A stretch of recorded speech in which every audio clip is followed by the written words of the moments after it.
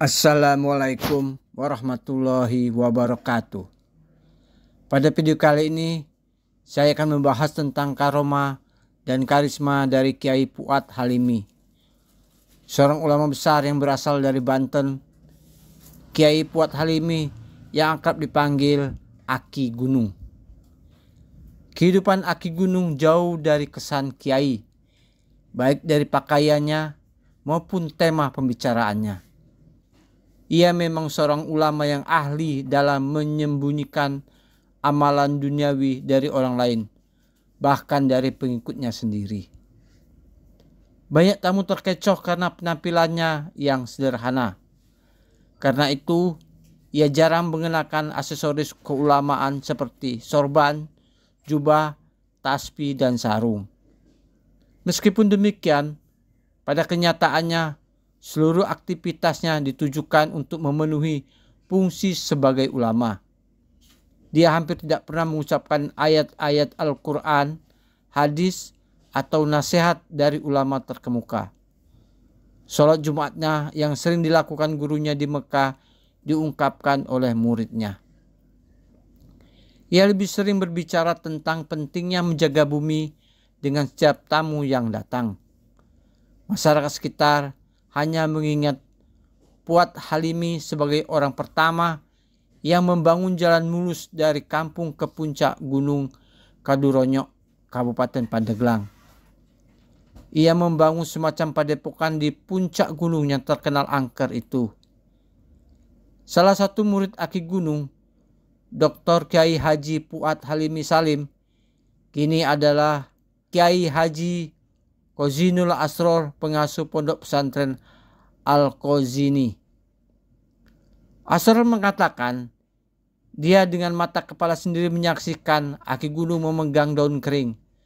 Saat daun kering diracik dengan tangannya, daun itu secara alami berubah menjadi uang. Ketika Aki Gunung membuka jalan sepanjang 5 km menuju Gunung Kaduronyok, Kiai Haji Asros juga menyaksikan kisah heroik Aki Gunung. Menurut cerita, Aki Gunung membuka jalan tersebut dengan bantuan hanya 14 orang. Sebenarnya tidak ada warga kampung yang tahu tentang 14 orang yang membantu Aki Gunung. Dan ke-14 orang itu tidak pernah berbicara satu kata pun. Mereka langsung pulang ke hutan setelah menyelesaikan pekerjaan mereka. Ada kemungkinan bahwa karyawan itu adalah makhluk gaib yang dibawa Aki Gunung. Eko Supriyatno, seorang akademisi dari Universitas Matlaul Anwar, Pandeglang, juga menyatakan sikap yang takjub. Aki Gunung dianggapnya sebagai ulama NU yang sederhana namun jelas, cerdas, dan progresif. Orang kadang-kadang tidak menganggapnya sebagai seorang kiai karena kesederhanaannya. Namun, dia memiliki banyak pengetahuan di balik sederhananya. Dia berbicara dengan tegas dan lugas. Aki Gunung dianggap sebagai sosok yang istiqomah dan alim di mata para santrinya. Kata Eko, ia tidak hanya memiliki kemampuan mengajar yang luar biasa, tetapi ia juga menjadi contoh yang baik bagi semua guru lainnya. Ia selalu memimpin berjamaah dalam sholat 5 waktu. Misalnya, selain itu, kebersihan adalah hal yang membuat para santrinya betah dan bangga. Aki Gunung disebut sebagai kiai kos atau kiai utama di kalangan Nahdlatul Ulama. Aki Gunung dianggap memiliki wawasan dan kemampuan ilmu agama yang luas. Memiliki laku atau kekuatan spiritual yang tinggi dan mampu mengeluarkan hikmah atau nasihat moral yang dipegang teguh. Mereka juga dianggap menjauh dari keinginan duniawi. Di kalangan nadiyin, Aki Gunung sering menjadi rujukan utama, terutama ketika hal-hal berkaitan dengan kepentingan umum. Eko menyatakan bahwa pemahaman Aki Gunung tentang tasawuf berbeda dari pemahaman yang cenderung mengabaikan syariah karena mengutamakan dauk atau rasa. Sebaliknya, pemahaman ini menganggap ilmu syariah sebagai jalan menuju makrifat.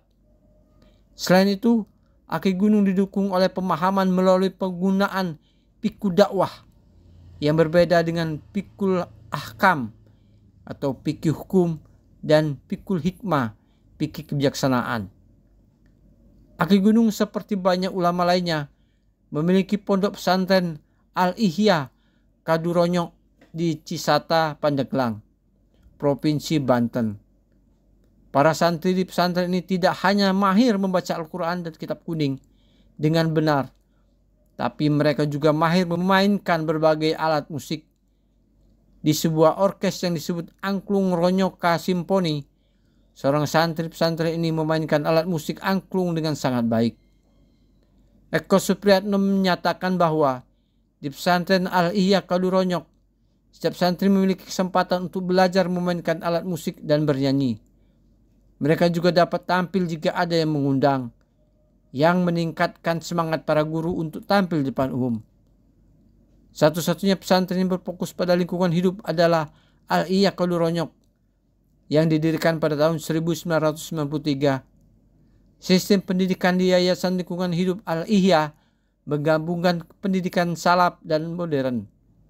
Aki Gunung berpendapat bahwa waktunya telah tiba bagi pesantren untuk mendidik siswanya untuk menjadi sadar media dan memanfaatkannya sebagai alat untuk berdakwah. Aki Gunung kini telah menghadap Yang Maha Kuasa. Aki Gunung dipanggil ke hadirat pada hari Ahad 11 Februari 2018 pukul 6.10 waktu Indonesia Barat. Itulah beberapa contoh karomah dan karisma dari Aki Gunung yang saya dapat sampaikan. Semoga video ini bermanfaat dan menambah wawasan kita tentang sosok ulama yang luar biasa ini. Jika Anda suka dengan video ini, silakan like, komen, dan subscribe. Jika Anda memiliki pertanyaan atau saran, silakan tulis di kolom komentar. Terima kasih telah menonton. Wassalamualaikum warahmatullahi wabarakatuh.